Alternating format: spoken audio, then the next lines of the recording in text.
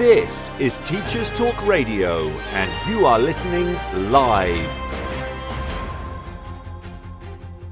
So that's an interesting way to start the show. Here's how I'm going to introduce my guest, by blindly panicking and somehow coming on. Everybody, this is Patrick. Hello, everybody. Can you hear me? I think everybody can hear you. That was fairly surreal. I've got so warm that I've taken my hat off. This is Teachers Talk Radio, and you are listening live. Tune in live at ttradio.org, or to join in the conversation, download the Podbean app and search Teachers Talk Radio. Follow the hashtag TTRadio. Tune in, talk it out with Teachers Talk Radio.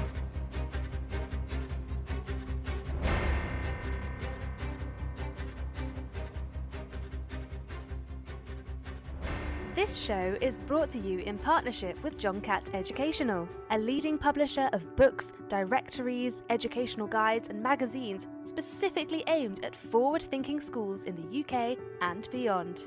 Have you checked out their latest releases? Don't miss out! Visit johncattbookshop.com to explore their full range of titles and advance your own professional development today. Happy reading! This is Teachers Talk Radio, and this is Teachers Talk Radio News.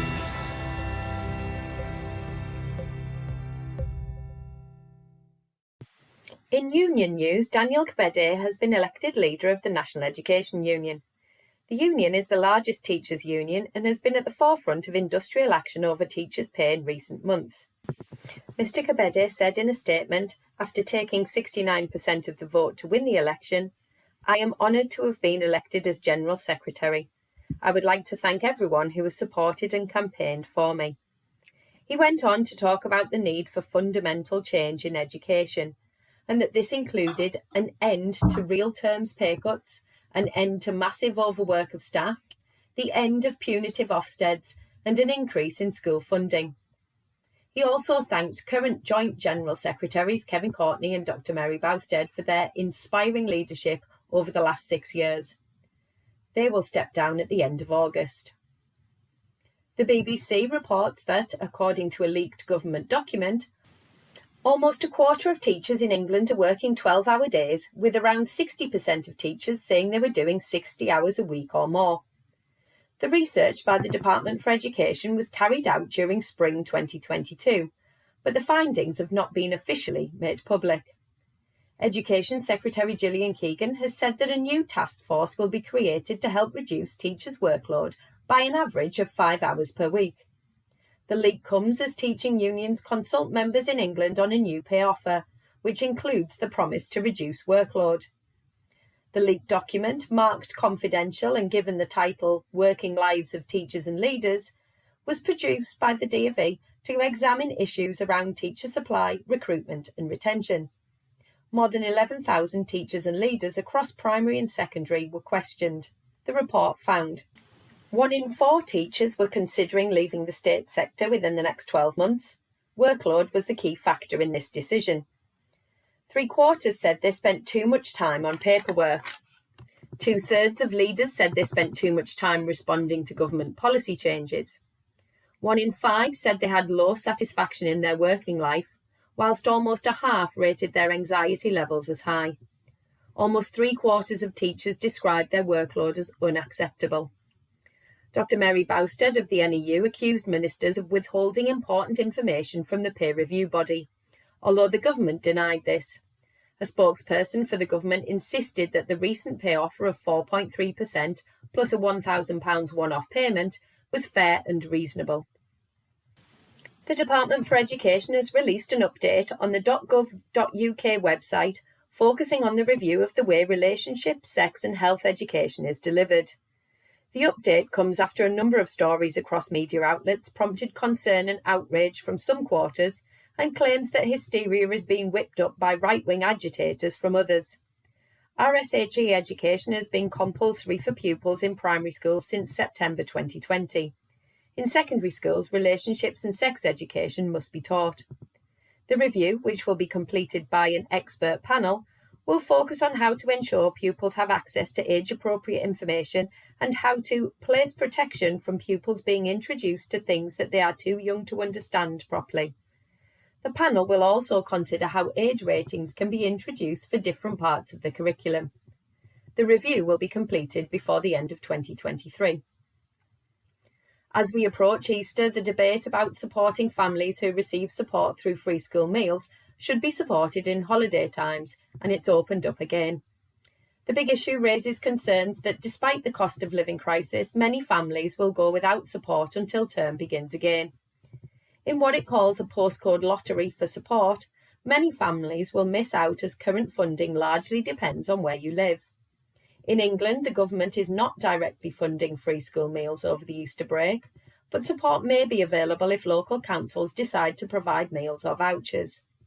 Many councils are relying on the Holiday Activities and Food Programme to support low-income families. In Scotland, some councils are offering free school meals payments to low-income families, but universal free school meals for children in primary 1 to 5 will not be available.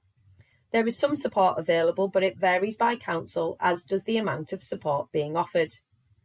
The Welsh Government has made free meals available throughout the holiday period. The government in Wales announced that £9 million has been provided to support eligible pupils with a free meal up to the end of May half-term, including all bank holidays. The support will take the form of meal vouchers, money, or packed lunches. In Northern Ireland, no free school meal provision is available. The previous holiday hunger payments of £27 per fortnight ceased on April the 1st. A Department for Education spokesperson said it was because additional ring-fenced funding had ended, but campaigners focusing on food poverty said the decision was abhorrent. This has been your Teachers Talk Radio News with Joe Fox. Patrick Jackson, I didn't give you a proper introduction there, so why don't you introduce yourself to us? I'm sure you'll do a better job than I just did. Well, thank you very much, Harry. I'm traumatized by this last 5 minutes and feeling very shaky indeed, having an image of I was the only person in the world who couldn't hear my own interview. But yes, hello, I'm Patrick. I am Patrick Jackson. I live in Dublin. I'm the founder of a program called Pick-a Pals. I've had a 25-year career in education, mainly in language education.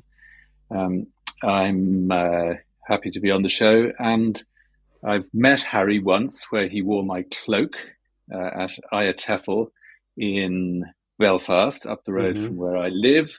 And it's lovely to watch Harry's fantastic work in the environmental education side of things and watch the way he networks and connects with everybody and brings the whole community around this together. So big high five to you, Harry, and well done. Oh, well, thank you, sir. What you're doing. I'm blushing. I mean, I was already very red, but now I'm actually blushing as well. Thank you so well, much. if you can figure out how to use your microphone, it'd be even better. I know, next step, so I think this is about show number 80. You would have thought by now I would have figured out how to use a microphone, but apparently that's beyond me. So maybe I'll see if I can figure that one out in future. I jinxed you. Yeah. Well, maybe I jinxed myself by saying beforehand when we were chatting that I'd run around in a panic. There's a strong possibility I jinxed myself, but So, Patrick Jackson, you mentioned you've been involved in education for 25 years. Would you like to give us a nutshell version of your career in education? Well, I'd revised that 25-year figure because, of course, being 56, I've been involved in education for probably 56 years in various shapes or form. That is true.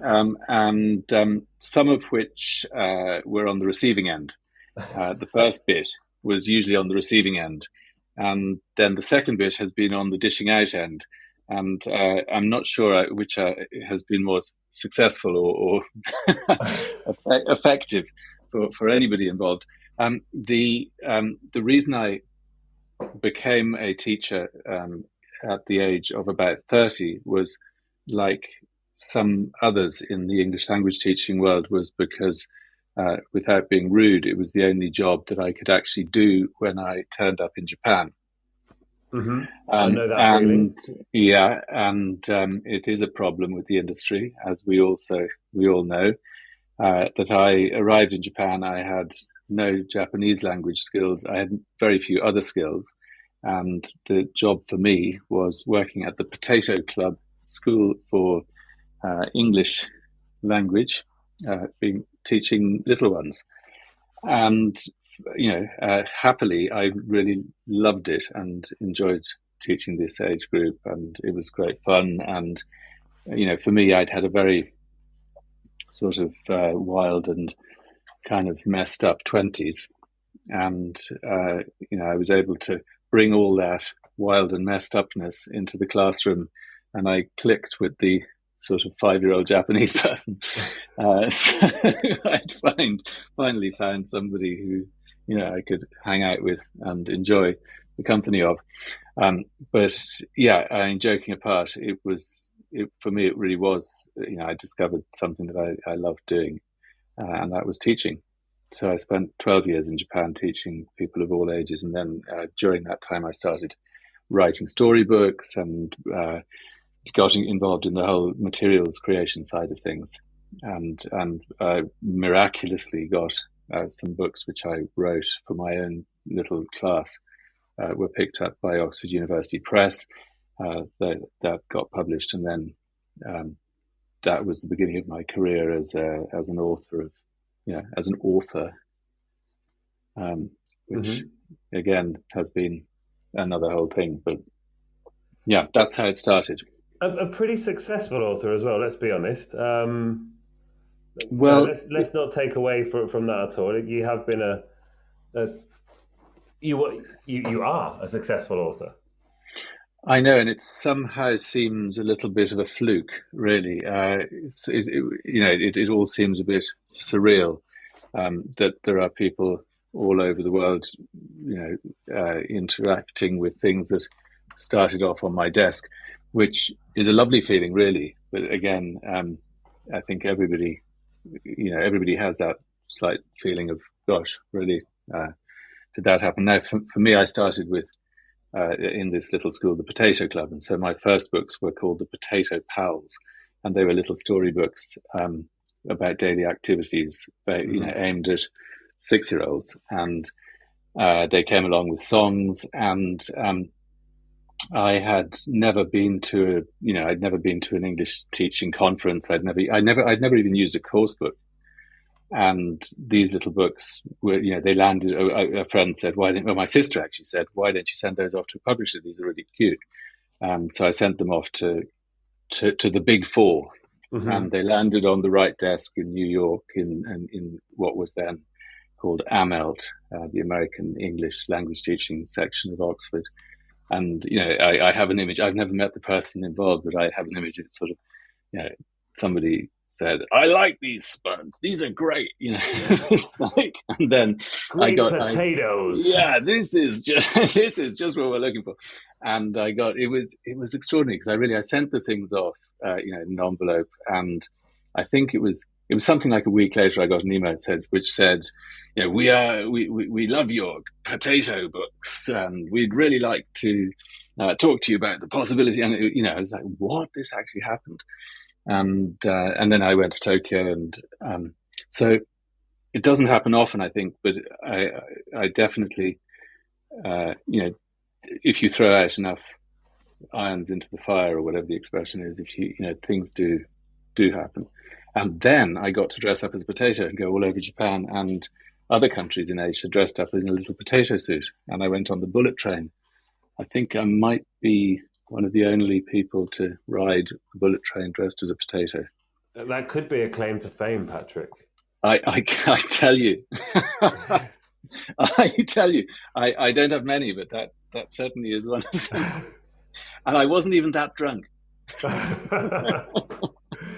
It is remarkable what you say there. The having your wild 20s into something that then evolves into something else. So, obviously I think our 20s are for when we're supposed to be wild.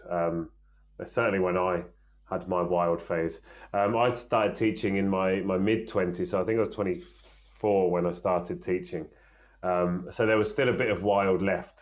But I have to agree. So I started out in South America, but when I went over to Asia, for me, I was in China at first. And it was really the little kids that I connected with first. And it was so much fun. Like, there was so much fun in those classes. Just to be there and just see how much fun they were having as well with me. I'm not going to say acting like a clown, because I wasn't only acting like a clown, but they clearly enjoyed that fun aspect of it. And I don't know, it's something I can really see in you as well. Again, I'm not saying you're silly. I can really see that fun aspect in you and that connection that you would have with young learners. I've never seen you teaching them, but I can imagine. I could really visualize it.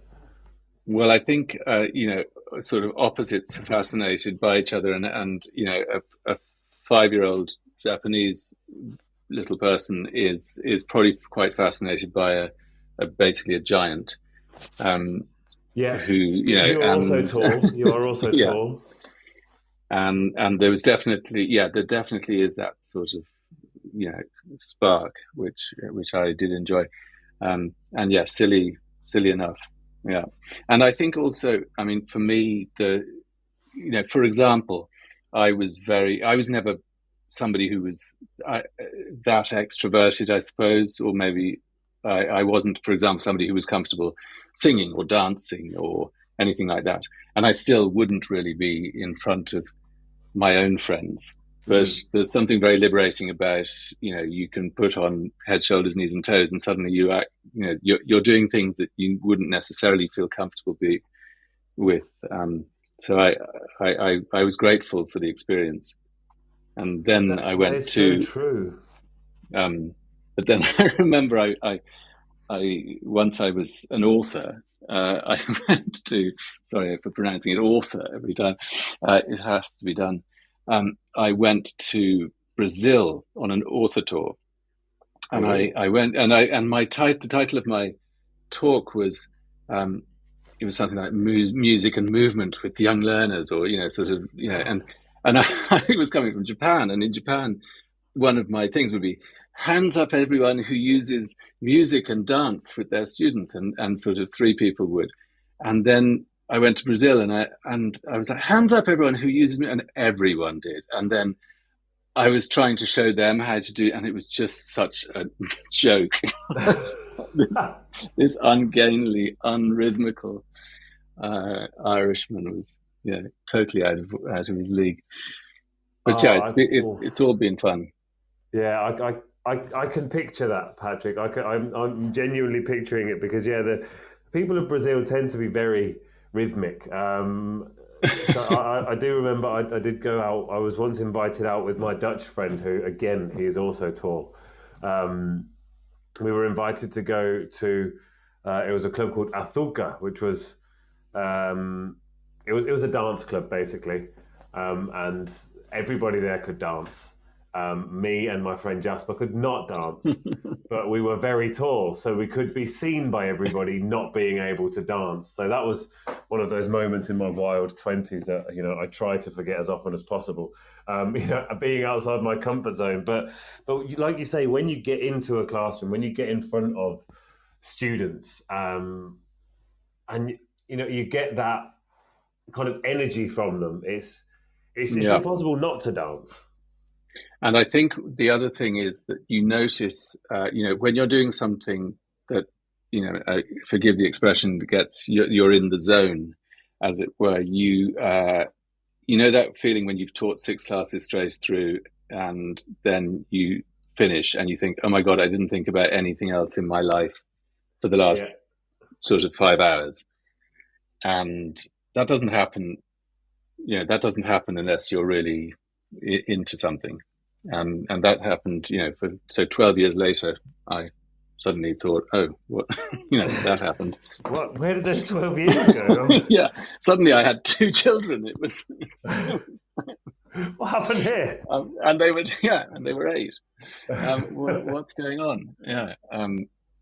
But then by that stage, through the potato antics, I'd managed to, Oxford had identified me clearly as a lunatic who'd do anything for them, and that I could write, sort of short sentences.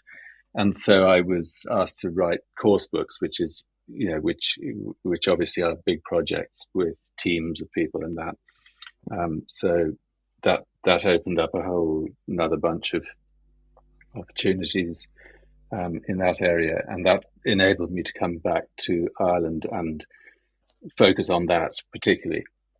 And so I how moved do you back to feel Ireland. about writing course books? How did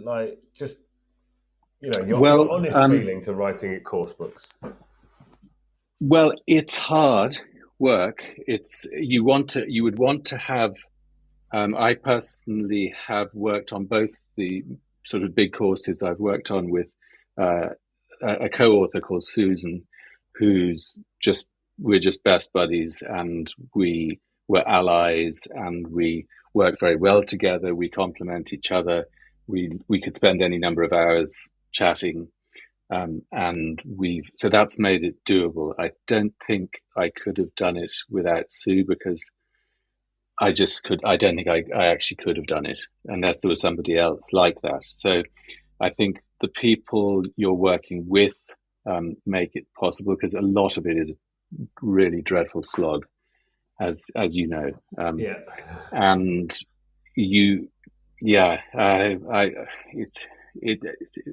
it's things that have happened later on since I've written those have made me understand how fantastic it is if you have more power to do what you want to do. The process of writing big courses with teams of all sorts of people, it's very good for you because it teaches you how to work within that system. It's also very good for you because you're working to a very, very tight deadlines. You're working to very tight templates. Usually you're working to very tight bits of language or whatever else. So that process has been beneficial to me because I'm quite bad at doing anything in a very tight fashion. So it's not to be taken on lightly, that's for sure. Now, if I was asked to do another big language teaching course, I think I would, at this stage, want to have a lot more of my own, probably a bit more of my own input. Not input, but a bit more of my own sort of creative direction over the whole thing. And I'd have a bit less interest in writing the nitty gritty stuff, which I've done I've done a lot of, and I can do it. But it can be very, I don't want to say tedious, but tedious. Yeah.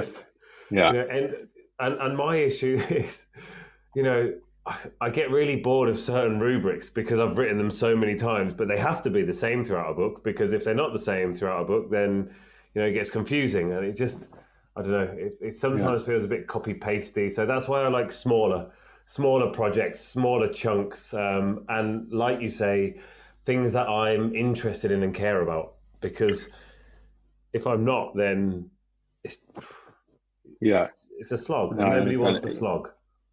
Well, I've got also, I find it quite hard to concentrate on anything. If it's, so I make giant sticker charts. I mean, I give myself gold stars when I get to the end of a lesson that I've written, and I've got these. So I've got drawers full of sticker charts, and it sort of is, maybe that's a bit of a sign that if I have to motivate myself with a little red sticker every time I finish a page, that maybe, But then, frankly, most of my income comes from things I did more than 5 years ago. So there's a lot to be said for that. So, it's one of those things that if you put in if you're lucky and you put in the time and the effort and you have something that people buy, then I do enjoy my twice annual envelope that comes with my royalties in it. So that's a great thing. certainly a bonus. Certainly, the passive income of things that you've made, from the past. I'm guessing if I were a super pop star or something like that, I'd enjoy that. I'm probably how Mariah Carey feels every Christmas when they play a song endlessly.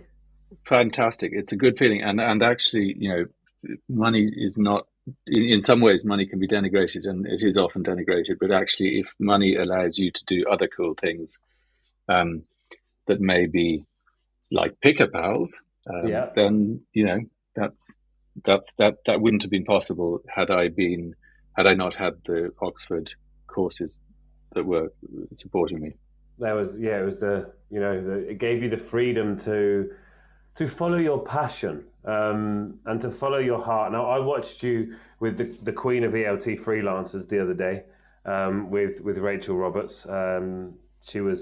She was talking to you about starting a movement, and I've also talked to you in the past about your movement, not your bowel movement, obviously, because that wouldn't be appropriate conversation, and we will not get into that in the radio. Thank you very much, Patrick. No, prefer not. Maybe later. Yeah, we'll wait till we're offline to talk about that one.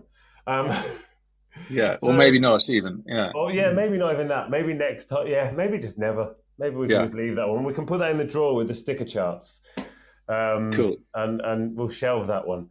But so I saw you on there, and for me, I mean, we mentioned that I've met you once, but I feel like I've known you for a lot longer than that, because we have very similar interests, might we say, to do with, empowerment of children and taking care of the planet.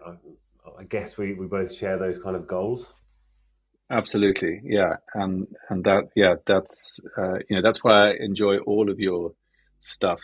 That comes up. You obviously, the algorithm has identified you as the person I'd be most interested in, because I'm constantly in this sort of power hose of Harry Waters content, which that must be terrible. I'm so sorry.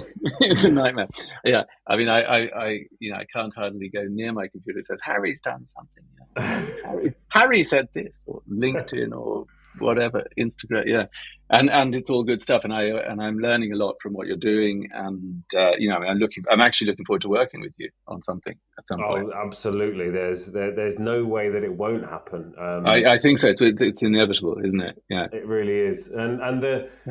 I remember something you mentioned. Now, whenever I talk about litter picks, I always talk about litter picks with my students, with my teacher trainers, with my teachers I'm training, like literally everybody. There are two things I always talk about. One of them is to get a plant for your classroom, and the other one is to go on a litter pick. One of the things people say to me, environmentalists have said to me, never teachers or students actually, oh, but you're dealing with the symptom, you're not dealing with the problem.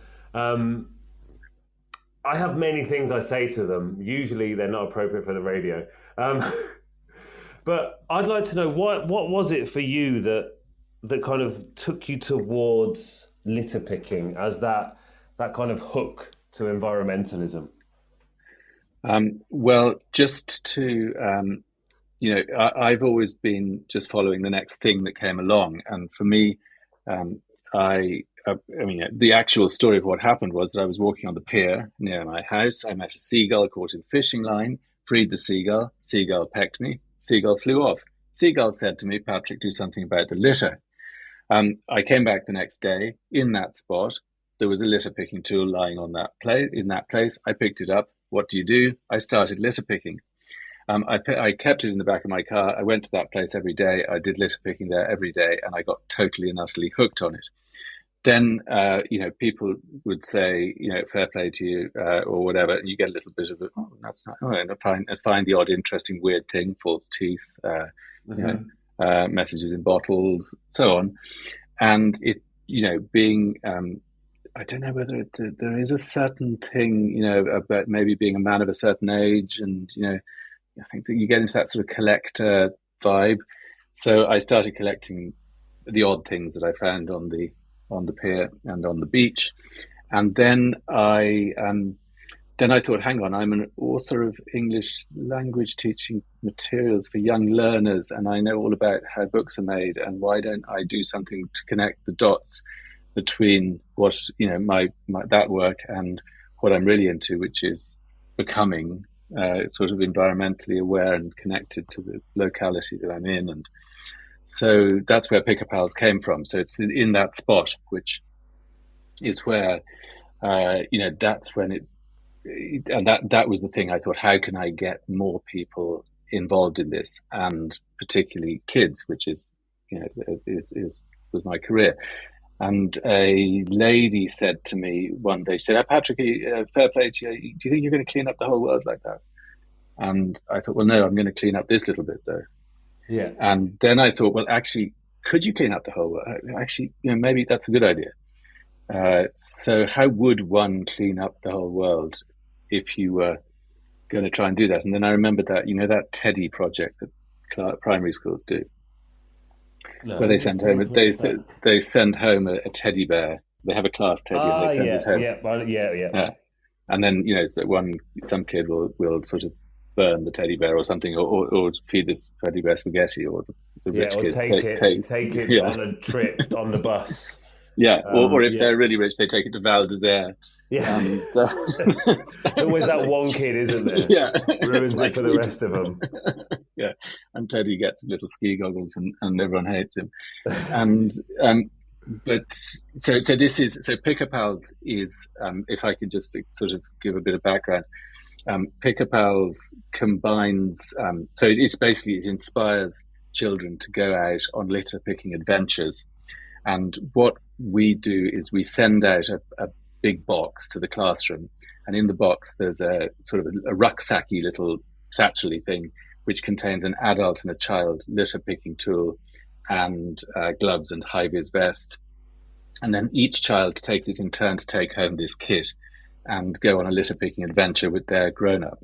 And then they come back and they fill in a report and they tell their classmates what they did and where they went and what they picked up. And they get obviously a lot of feedback, and they have a lot of fun doing the litter picking. And then also in the pack, there's books and activity books, and and so that each child gets a storybook about the fun, colourful Pick a Pals characters, and a fun activity book with the dreaded word search.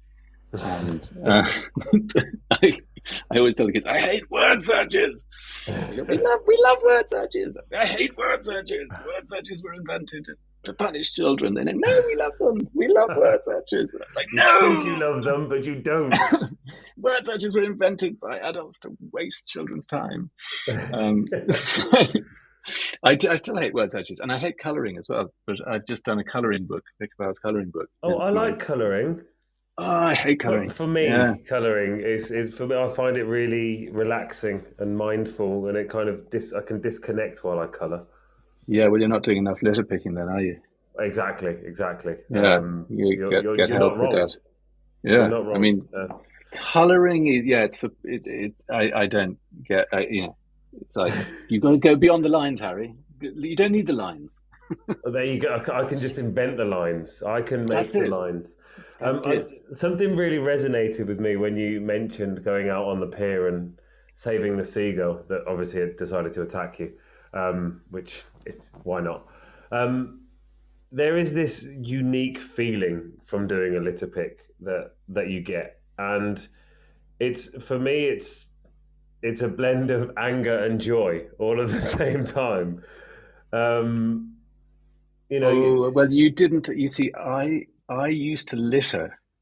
I know. This, yeah, no, Harry, wild 20s you're talking about, aren't they? Well, I smoked. You see, I smoked for 30 years. Maybe not that much. 20. You did not throw the butts on the floor, Patrick. I smoked for 20 years at least, from when I was about 7. No. From my teen years until I was about 40, I smoked, and I would have thrown most of the cigarette butts on the ground. Oh, Patrick! I know. I didn't know. I didn't realize. I never even thought that it was lit.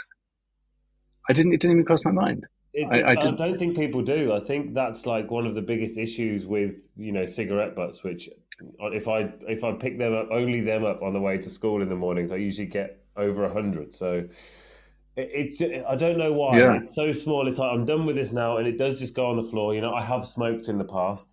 I have probably thrown a cigarette butt in the past. I don't remember it, but it may have happened.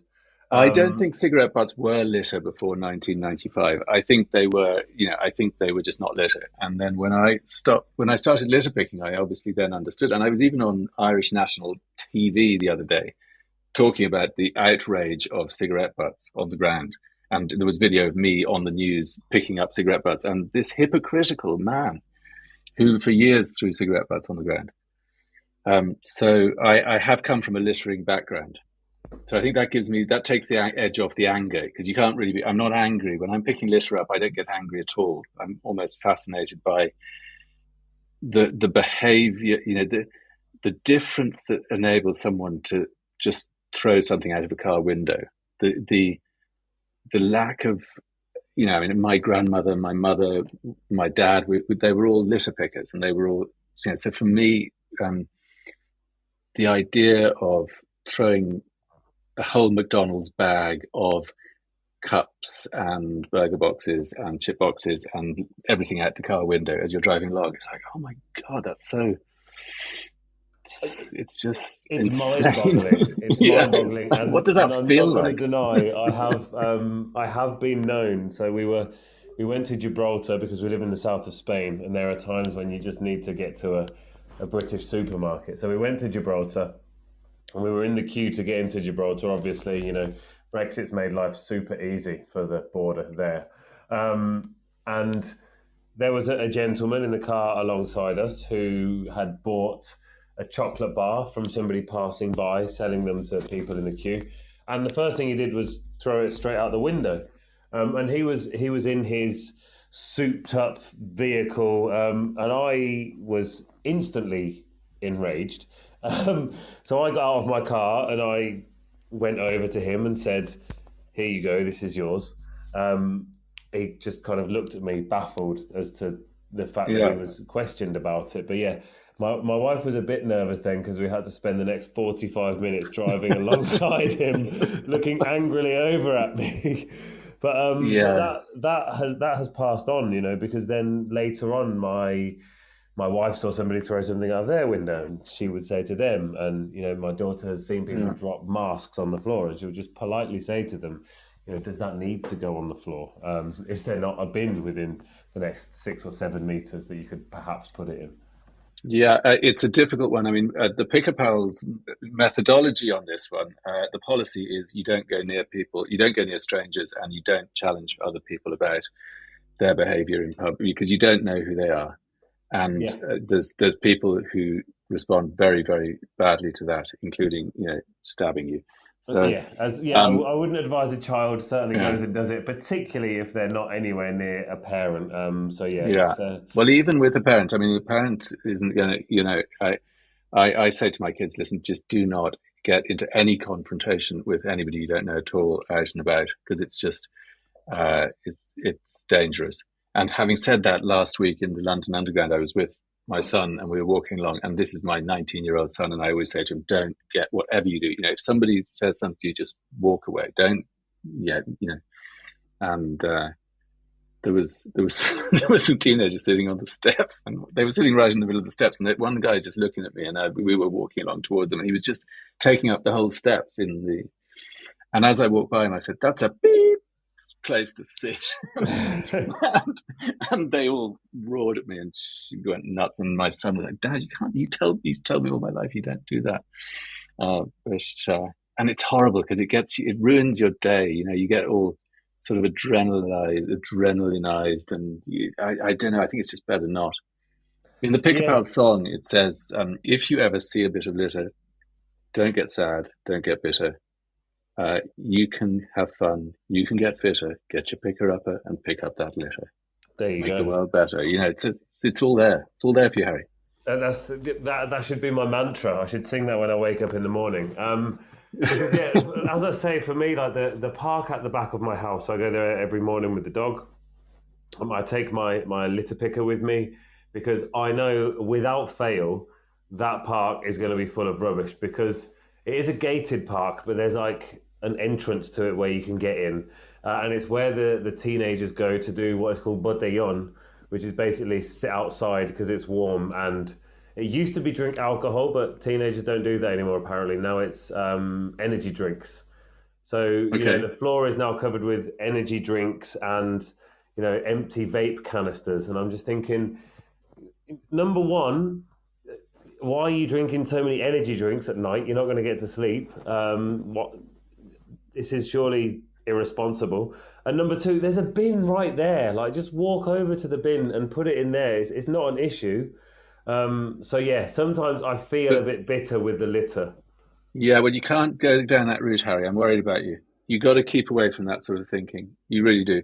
And just look at the silver lining. They're giving you an opportunity by leaving those monster cans on the park ground. You have the opportunity to pick them up, bend over, pick up the litter, make the world better, put it in the bin, and that's all you. You've just got to stay in that space. Otherwise, it's a dark road. The road of negativity towards other people who litter is, it's a hellish route.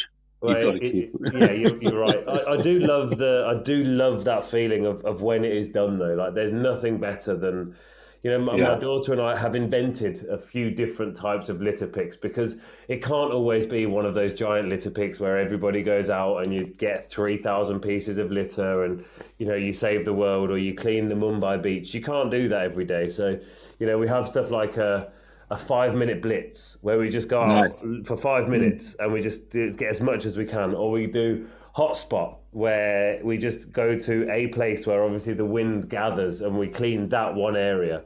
Or we have our school run litter pick that we do every morning that I used to film every day, but I don't do it anymore because I don't see the need to do it every day. But also I'm walking the dog and picking litter, so it's actually quite tricky to do that.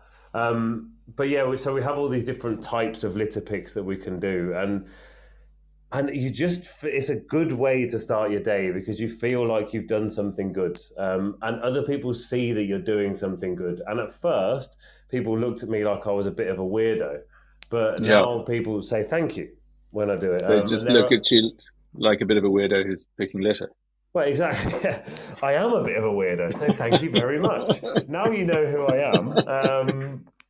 So yeah, we've got a few other kids at the school doing the school run litter pick as well, and it's it's something that a wise man once told me, that litter picking is a gateway drug to environmentalism. Now I can't have any idea who that wise man was, but God, that sounds like a wise man. That's incredible.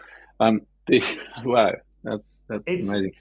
It's just so true because it's very addictive and it leads you down all of these avenues of, the history of a plastic bottle. You can do that. You can look at the life cycle of a plastic bottle. Most of your students are not going to know where it's come from. They're not going to know where it goes afterwards. Some of them might think of recycling it, but that's it. They don't have the thought process of, where has it come from? Where's it going to go? And what is the cost of that plastic bottle? So all of that starts with litter picking. Yeah, exactly. And the, if you can imagine the stream, the waste materials stream that goes from the production, the oil, the production of the bottle, the where that bottle is, the bringing that bottle home, that bottle being drunk, that bottle sometimes getting into the recycling, sometimes not, sometimes ending up in landfill, sometimes ending up in the sea. So there's all these sort of, that in itself is a very interesting stream. And then along that stream, if you can imagine sort of parallel to that stream, there are decisions. There's a sort of a decision stream. And obviously the best decision is not, that we have when faced with a fridge full of plastic bottles is not to buy any of them. That's the best, that is the best action that we can take at that point in the stream. Then the next bit, then once that bottle has been bought, then what do you do with it? And then not throwing it away, getting it into recycling. But even then, the learning around recycling, because recycling, most stuff doesn't get recycled at all, and most stuff a lot of stuff is getting incinerated, and and it's always being downcycled into a carpet or a garment that's then going to be washed and turned into microplastics anyway. Exactly. So all that, and absolutely, Pick a Pals is not about litter picking. Really, it's about connecting. It's about having a connection to your neighborhood. It's about having connection to the people in your family and the things that you choose and use and the way you go about your life. And our mission is to support some of the Sustainable Development Goals, and also to support biodiversity. That is our obviously to work towards that and to create or to empower and awaken children and their families to the beauty of that sort of relationship with the place you live in, and the creatures and the plants and whatnot. It really seems like a silly thing, but litter picking can really do that. It can connect you to all that, because it gets you that mindful moment out in nature. It gets you to see these different things, and perhaps you won't come across a seagull tangled in a fishing line, but you'll be able to go to a park and you'll be able to see that there's a plastic bag there. Well, what if Harry the Hedgehog comes along? What happens to that? Or what if it goes into the ocean? Well, a turtle is going to think it's a jellyfish and is going to eat it. So there are so many what ifs, and what can I prevent and how can I stop this? Is for me this idea of litter picking being this kind of starting theme. It is such a useful way to connect, as you say, all of these the Sustainable Development Goals connected to litter picking. There are so many. It's not just about climate action. It's not just about life on land or life underwater or responsible for some production and consumption. It's also about clean water. It's about so many different things. And I think once if you can get children are incredibly powerful in families, and children are very, very influential. And one of the things I always say when I visit a school is, you guys are the most powerful people in this entire community. And they look at you like you're mad at first, and then you go, no, think about it. Think of the fuss, and think of how your family is so devoted to your little safety, your every little whim. Think about how powerful, and then think about when you come home and you say, we're going out litter picking, and you have your mum and dad ever been litter picking? Most of them say no. And you're going to go home with the picker pack, and you're going to take them out, and you're going to lead them out, and there's a big one for them, and big gloves for them, and there's a big high vis for them, and you've got yours, and you're leading the adventure. And and it really works, because we get parents saying, we never knew. Who knew litter picking was so much fun? That's it. And you're giving them the opportunity, you're giving them the framework, really, and the tools to create this nice moment. And they do, they're so proud. And the pictures, if you look on the social media and you see, hashtag Pickers, it's like so proud. And the kids are so proud, and the parents are so proud of the kids, and the parents are proud themselves. And it's a very simple thing. But you've got your daughter, and I've got, brought up my kids, and often you're at a bit of a loose end as to think of activities, and especially when you're sort of up against an awful lot of very clever ways of people not going out and not doing things together. A simple activity that really connects people. Well, I went out with this guy one time, and we went for a walk, and we were doing a little bit of litter picking and chatting, and went down to the beach, and we were just saying, and I was trying to pick his brains about how to get the message across, and how to sort of get the message, pick about what was it about, what story do we tell to get people excited about it. And we're walking along, and we're picking through the seaweed, and then the tide was going out, and suddenly we looked out, and there was a seal sitting on top of the water. It's the only way I can describe it. It was a seal, Mm-hmm. like literally, it was sitting on top of the water. It wasn't in the water; it was on top of the water. And what had happened, obviously, was that the tide had just come to the point where the seal, the bottom of the seal was at the same level. The seal was sitting on a rock, obviously, Yeah. but it looked like, and it was just this. And he said, what this is, what you're talking about here is moments. It's a moment where you're there and you're suddenly going. And if you spend time in nature, I'm sure lots, if anyone's listening to this, people spend any time you spend any time in nature. Usually, it might take 2 minutes, it might take 12 minutes, it might take, but it doesn't usually take that long for something really cool, some little nature event to happen. Yeah. It could be like absolutely. Or you just notice something in a different way, or you're just looking at anything in nature is super cool. Yeah. Any just a leaf, for God's sake, Oh, the leaves are really awesome, actually. We were on our way back from the beach the other day. We'd taken some pictures there, and my wife's a photographer, and we'd also obviously done a litter pick because we went to the beach, so that's what you do.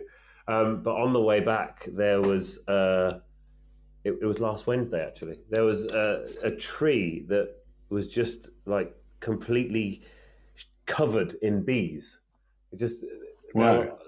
I don't know what was happening, but I was just standing there, and there were just millions of bees just on this like small tree, and I just stood there for 5 or 6 minutes staring at it until I realised I had Teachers Talk Radio and I had to rush back and get it sorted. But yeah, like you say, there are those moments when you're out, and if you don't get out, then you won't have the opportunity to see those moments. And taking the chance to do a litter pick and spend that time out in nature, it's such a great builder for, like you say, for your family, but also for communities. When you do get those big litter picks together, when you do get a whole school do a litter pick or a whole area do it, and you see the amount of litter that you get and you see that enormous change, it's a fairly unique feeling.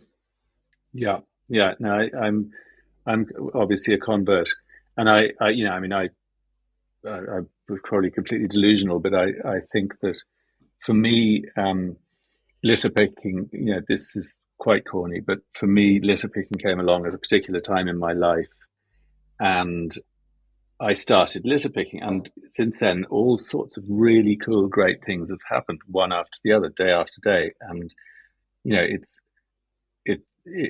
has turned into an amazing story for me, and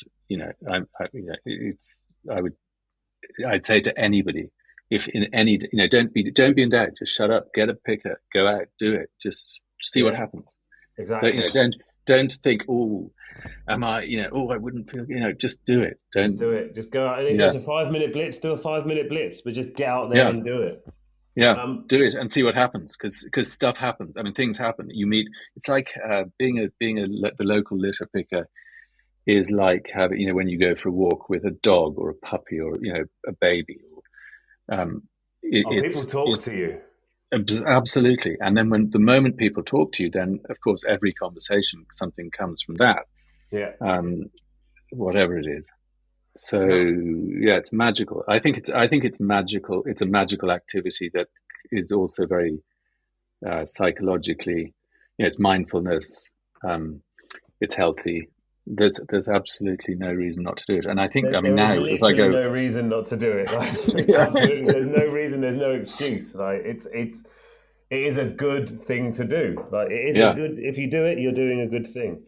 On that particular note, we're gonna chill for just a second, but when we come back, I want to talk about your cloak, and I also want to talk about something that Ali's got up her sleeve. It isn't your cloak, by the way. Nice. So we'll be back in about a minute, so don't go anywhere. This show is brought to you in partnership with John Catt Educational, a leading publisher of books, directories, educational guides and magazines specifically aimed at forward-thinking schools in the UK and beyond. Have you checked out their latest releases? Don't miss out! Visit johncatbookshop.com to explore their full range of titles and advance your own professional development today. Happy reading! So we are back, and just before we left, I mentioned your cloak. Now, your cloak is something of wonder, of marvel, and also of great weight. Could you tell people what this cloak is? The cloak, yes, I live in a place called Howth, which is a peninsula north of Dublin, and I call the cloak of Howth, although it has been known as the picker poncho.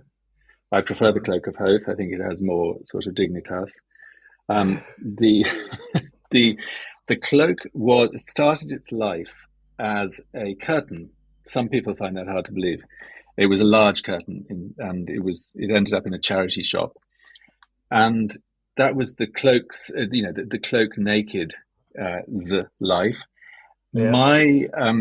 My collection of beach finds was burgeoning, and when I say beach finds, I'm talking about things like the three heads of Ken, Yeah. three Ken heads, no Barbies, no bodies, The three heads mystery. of Ken, it sounds like some kind of I mystical know. Greek thing. One beach, one day, three heads, all Kens, no Barbies, no bodies. It's terrifying. There's a story there. There's a story. Well, there certainly is, and it's not a nice one, Harry. I don't want to scare your listeners. So there's things like the spade handle of doom. There's all sorts of things. There's guns, there's credit cards, there's I've got a BMW. I've got a BMW actually. BMW gave me on the beach. Yeah, Attached it to your cloak. Yeah, they gave me a car to support the program, which was nice of them. Shout out to BMW. But I also do have a BMW logo on my cloak. I have a Renault logo. I have a Peugeot logo. I have all this rubbish, but the interesting bits. So lots of bits of dolls, lots of just stuff. Bits of fishing floats. It's very, if it's colourful and it's got a bit of a story, it usually ends up on the cloak. I get all the stuff that is on the cloak. 90% of it comes from Howth. So over the years, I've just this collection of stuff I had, which I used to bring around classrooms in a suitcase. So I'd go into a classroom, I'd say, "Come on, kids, come and see my treasures from the beach," and you'd open the suitcase, and then everything would vanish, and then you'd spend the next 45 minutes trying to get back this third head of Ken. Third head of Ken. Yeah, it was like, no, that's not funny. You can see Stephen in the corner chewing on something. Yeah. Not the head of Ken. Yeah, well, it was like that. So the curtain. I realized I needed something to sort of bring these things together. So my niece was having a party, and it was a fancy dress party, and I just tied some of these things onto this curtain, and I went to the party, and when I look at that picture now, because there was only about 8 things on it, I must have looked, it was so crap. It was just the worst. It was the worst costume ever. But a few people said that's really cool, and they were just being nice. But anyway, I took it that it was cool, so I attached more and more things to this, and more and more and more stuff. And now I think there must be 1,000 bits of debris on the cloak. It is pretty striking. It is a specimen. Like, it is absolutely a specimen. I would recommend. I obviously would recommend people go to Instagram anyway and check out Picker Pals, but do certainly look at that cloak, because it's something else. It really is something else. And it's so it's such it shows you how people go like, "Oh, did you make that?" And you go, "Yeah," and they go, "Oh my God, that's incredible!" And actually, each of the things on it, none of them are particularly incredible, and the actual process of attaching something is really simple. You just make a hole in it and put a bit of thread through it and stitch it on. So the incredible thing is actually the fact that over 5 years I've attached 1,000 things to a curtain. Yeah, and that for me, that's the learning from the cloak. Is almost, none of these things individually are of any great interest, but the process of bringing them all together, and it sort of is a bit of an allegory for, together we can change the world, because actually, we've all got our own little stories. We've all got our own, we're all broken, we're all damaged, we're all washed up on the beach, and together we can create something that's quite impactful and striking. So and it that's really certainly is striking. It is incredibly striking. And it's a wonderful thing to bring to a place because it immediately focuses everybody. I mean, it is. I'm sorry. I know you're a good man for attention, Harry, but this, I think, it is the attention-seeking garment of all time. Which I tell you what, I felt special when I tried it on. I know you looked great. You know, you carried it with aplomb. I'm looking now at one of the images of you being arrested by the Gardaí, obviously. Although you're all smiling, so you're probably not actually being arrested. From just over a year ago, and it is just. I imagine there's more on it now than there was then, but yeah, it's something so fantastic, and everyone really does need to check out. And you do confirm in the post that you weren't arrested, so just everyone who's listening, don't worry, Patrick wasn't actually arrested. On that occasion. On that occasion, he was just spending some time with the local Gardaí, and yeah, just looking through these images at these students, this idea of, you know, not taking home a mascot but taking home the pick-a-pack is just, it's such a fun idea to have and a fun way to, you know, empower all these different students. And, you know, not all of them, they're not all going to go crazy for it, but most of them are. Well, they all go. The thing I sometimes think is if you gave a class 30 pick-a-packs, it wouldn't work. Yeah. Absolutely, that is such a good point. Actually, yeah, they'd all be like, "Oh God, we have to do that," and they'd all sit in the corner, and they'd be stuck in people's halls, and actually they'd be litter. But it's the fact that you're the one, you know, and we're such selfish little monkeys. You know, we just love to be the one who's going to do the thing that week, and that is so true. Like you know the minds of humans, don't you? Like, I have thought very deeply, Harry. It is true. Yes. But it is such a fantastic like hook, as you said, like that way of getting them in. Obviously they all get their book and there are the colouring books and stuff, and you know they have the pick-a-pals to connect to. You know, you said on Rachel's show that you've got some new characters that have come out recently. Well, the idea of the Pick-a-Pals world. You know, there's a flying island called Picaropolis, which is not. I'd say it's not loosely based on Gulliver's Travels, Laputa. It's actually a direct rip-off of Gulliver.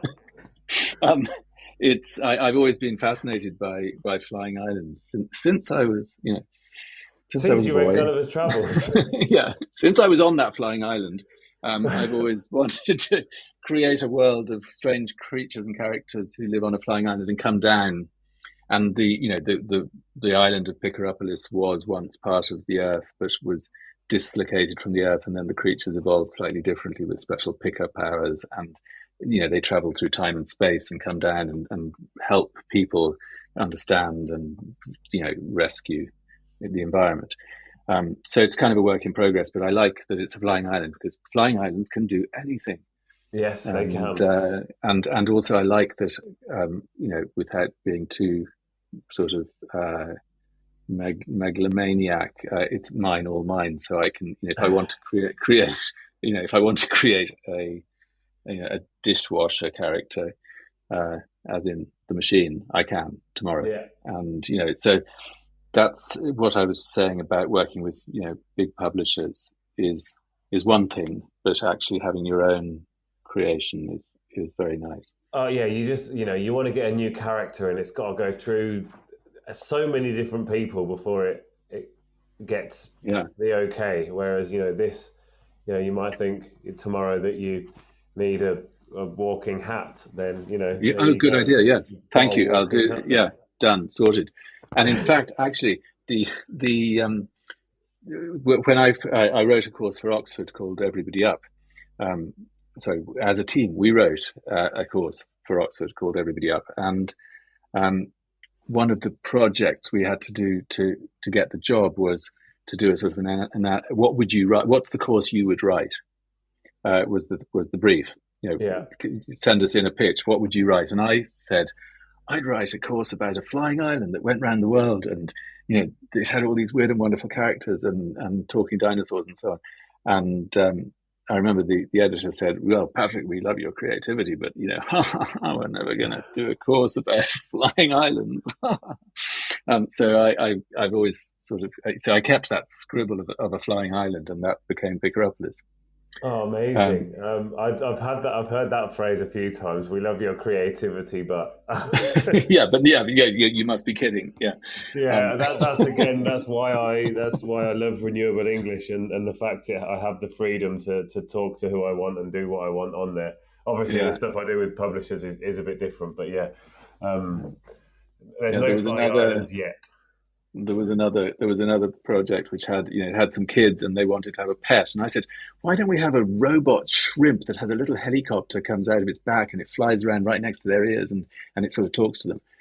And they, I remember the meeting, it was just sort of, I think we'll go with a dog. We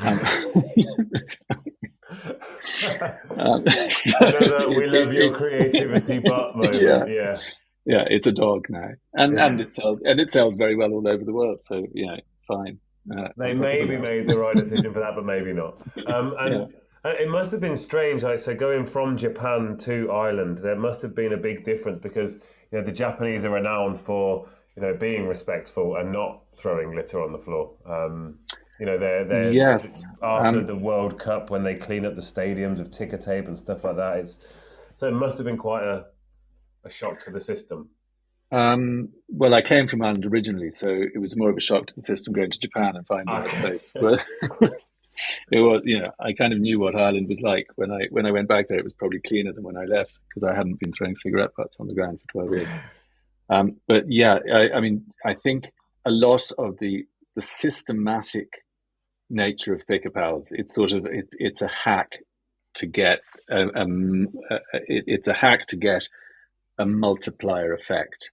And that is quite, I think if I hadn't spent 8 years working in a junior high school in Japan, it's the sort of thing that Japanese schools have lots of systems like that.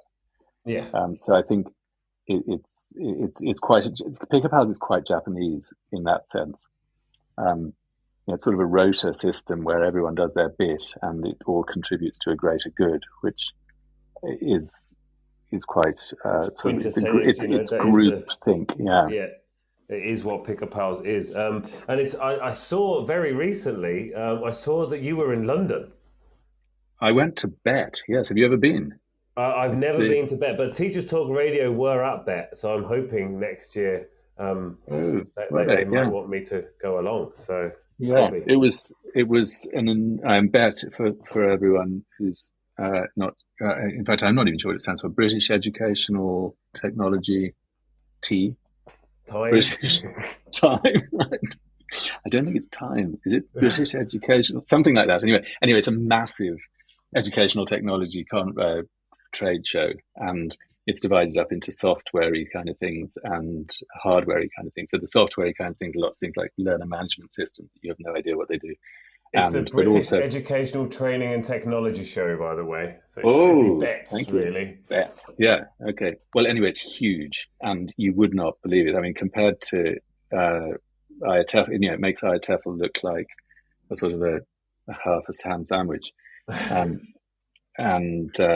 It really shows you the resources that, there's about 3 acres of Microsoft and another acre of Google and all these other enormous companies, and then thousands of companies that you never heard of doing all sorts of quite cool stuff. But I was there for 3 days and I probably didn't see half of it, and by the end of it I could hardly stand up from all the rubbish I'd been talking. But it was fun and useful, I imagine. It was when you go home and you've got 78 business cards and you go through them and you look at them and half of them you can't remember who the person was, but then there's a few nuggets in there, and I think the overall experience of seeing it was very interesting to see as a sort of a content person, to see what way content appeared there.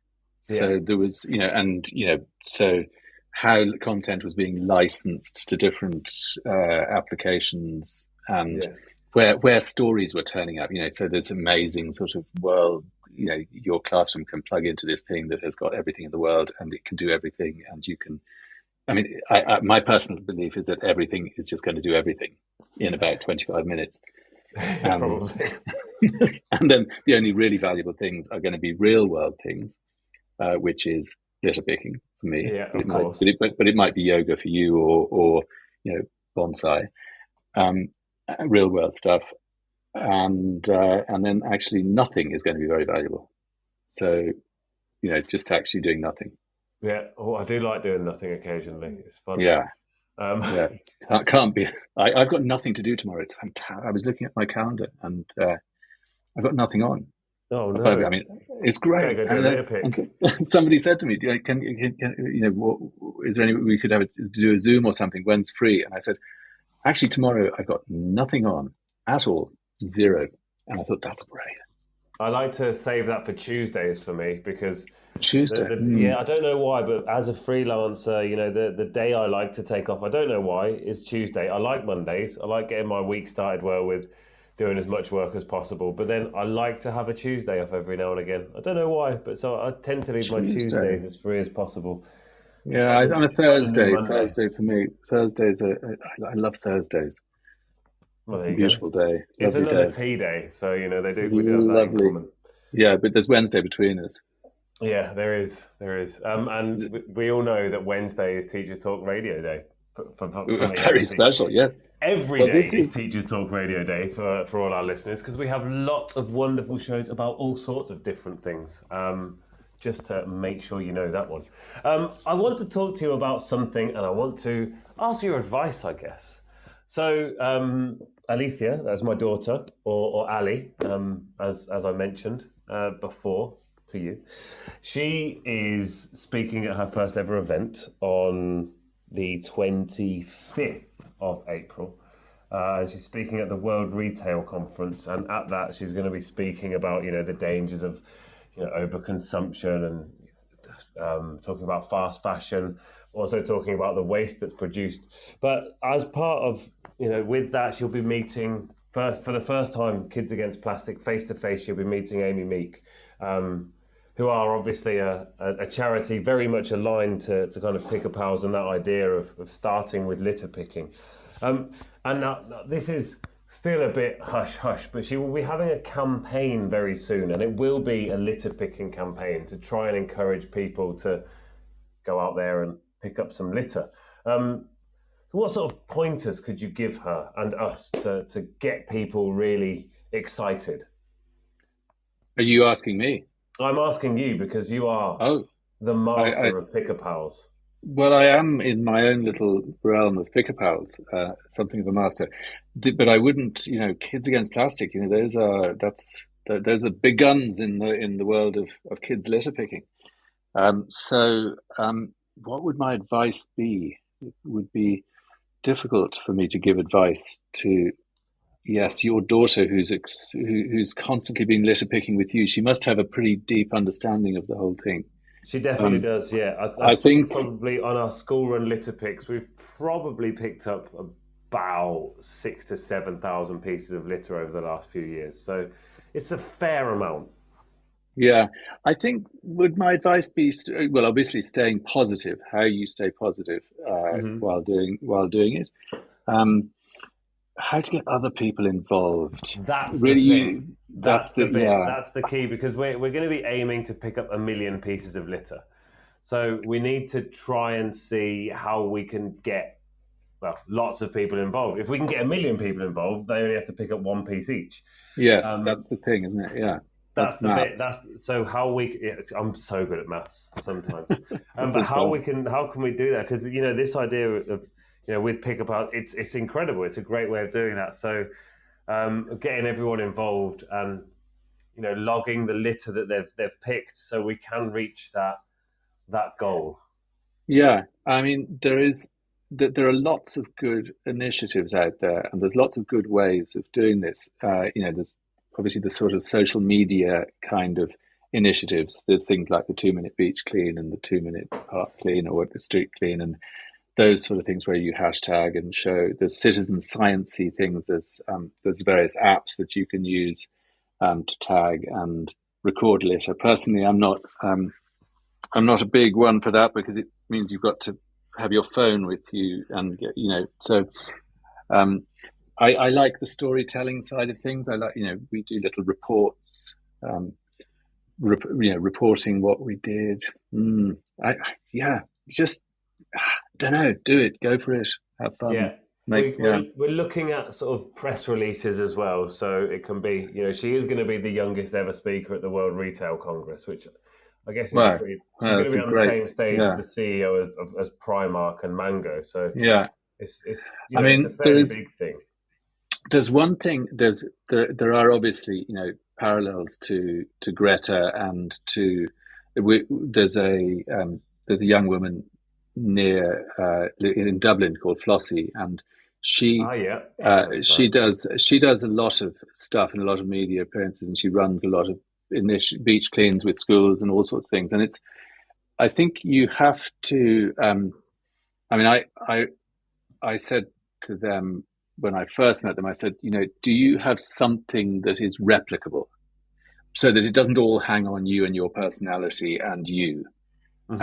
And the thing I like about, have I mentioned Pick a Pals before? What's Pick a Pals again? Yeah, it's a program for primary school children that motivates them to go out and take care of their neighborhoods through a song and story world.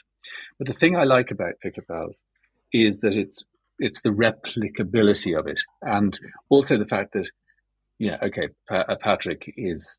I founded Pick a Pals, yay! But if I was run over tomorrow, Pick a Pals would be grand. In fact, probably quite improved. So it doesn't depend upon me. So I think just be a little bit. My advice would be to think of something that's not about your daughter. Mm-hmm. For her to think of something that's not about her, but is some sort of thing that can be replicating the action that you're looking for. Cool. Whatever that is, because your daughter is not going to want to be, she's not going to want to be, but maybe she does want to be a sort of a spokesperson. And these spokespeople I think they're quite important, but you want to have systems. What's the thing that's broken with the world is the systems that we have created. And so it's systems that's going to solve this. It's, people are all very well, but it's clever systems that are going to get us out of this. So, I don't think personality driven. I don't know. I don't know quite what I'm saying really, but I think, you're right though. It isn't, so the campaign, the aim of the campaign is to basically encourage people to go litter picking and to get out there and do litter picking. There's a number, there's a target, there's a goal, basically, so the campaign can have something to aim towards. But it is fundamentally just to get people to go out and litter pick. And yes, there is the whole logging it thing, but that's done at the end. That's not done as you go. You go out there, you take a picture, and you log what you've picked up. That is something I do every day, which becomes a habit. So that idea of it will be the campaign will be her saying this, and there will be these different, go and do your 5-minute blitz or do your hotspot pick or something like that. There'll be all these different challenges to get people involved. But I think that's lovely. I think that's really clever and nice. Yeah, I like that stuff.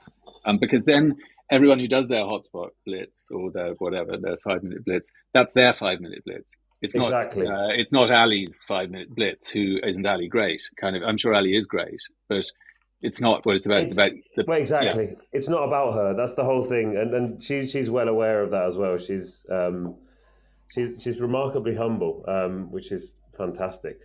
Hopefully, I don't have to teach her to be humble. But no, she doesn't. She's like, it's not about me. It's about the litter, and it's about getting people to pick up the litter. And if I can encourage more people to do it, then great. Because litter picking was what started her in her addiction to environmentalism. It was her gateway drug to environmentalism. The fact that she started out going and doing these litter picks, and and join Kids Against Plastic. And she's only 9, but still, Yeah. it feels like we've been doing litter picks now for 2 or 3 years, and she feels like something of a veteran. She can explain to her mates at school why you should do it. Why should you go and do a litter pick? And there isn't that. The thing that always would get me as a teacher, if there was a bit of paper on the floor or something, and you'd say to Pepe, can you pick up that piece of paper, please? And he'd say, great alliteration, Harry. But he'd then say, it's not my piece of paper, teacher, or I didn't throw it on the floor, teacher. And once you start litter picking, you don't really look at litter in that way of it being not yours, because no, it isn't my litter, but it is my planet, and it would be nice if it looked nice. Alternatively, you look at all litter as if it is yours, which is great, because then you've no shortage of litter and it's all yours. Well, yeah, maybe you didn't put it there, but you can be the one who picks it up. Yeah, which again, and you can look at all these things in so many different ways, and they all connect up with other things that you're doing in other ways. So I think the interconnectedness of all the ideas you have, and when you tie it in with other bits of your life, for me it was that connect. For me, the big jump or the big sort of bridge was between my writing course books and litter. So that's that. Then that has developed into now we're doing a project with people who've just come out of prison, making litter pickers out of different types of wood, that are biodegradable pickers, and then making bags for them out of sails. And so there's loads of different dots being joined up that are creating a whole ecosystem of fun things and interesting things. So as you say, it's not really about the litter, it's about how you're going about stuff. And it ties in with creativity, it ties in with teamwork, also great for confidence building or other sort of wellness. It really is, because it's that moment where the confidence side of things, somebody's done something good. If you pick up litter, you have done something good. I've mentioned that before, and you want to talk about the good things that you do, even if you're a shy person. As a child, you want to be like, number one, this tooth is loose. Number two, look, I just picked up a whole bag full of litter on my way to school. Aren't I great? Yeah. And it's a very inclusive. It's an inclusive thing that you don't have to be good at maths. You don't have to be athletic. You don't have to. You just have to care. My favorite person to go litter picking with is my friend Ben, who was actually run over by a train when he was 5 years old was seriously brain damaged and physically has severe physical sort of damage from this thing. He's 30 years old now, and he'd pick forever, and he loves every single thing he picks up, and we have a great time and we have a big laugh whenever we go out litter picking. So litter picking is terrific for everybody.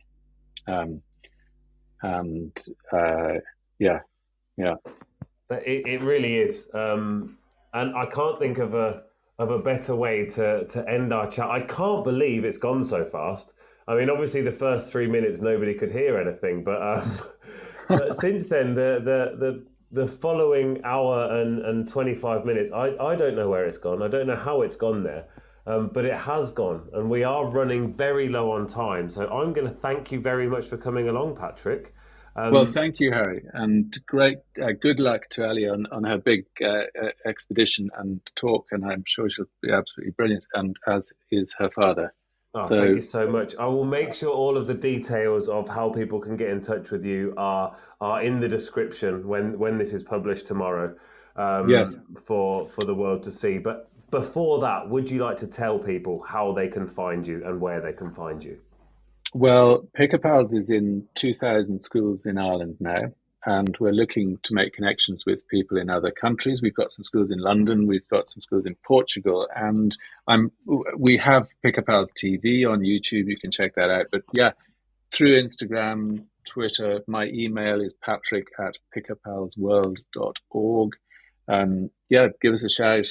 There's always something there's always some fun to be had. Exactly. And yeah, I would love to hear from anyone. And on that note, I'm going to say thank you very much, and I will speak to you, no doubt, very, very soon. Adieu. Adieu.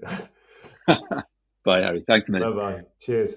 Thank you so much for listening, everybody. I'm going to be off for a couple of weeks, but I will be back on May the 3rd, speaking to none other than Tom Jones. Now, is it that Tom Jones? You're just going to have to tune in on the 3rd of May to find out. And don't forget, if you're listening back, if you're listening to this on a podcast, jump in there and give us a review. Obviously, it's going to be a 5-star review. Of course it is, because Teachers Talk Radio is amazing. So thank you so much for being here, everybody, today. I will be back in a couple of weeks, and take it easy.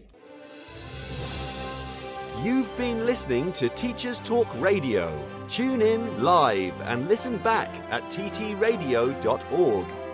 We look forward to hearing from you next time on Teachers Talk Radio.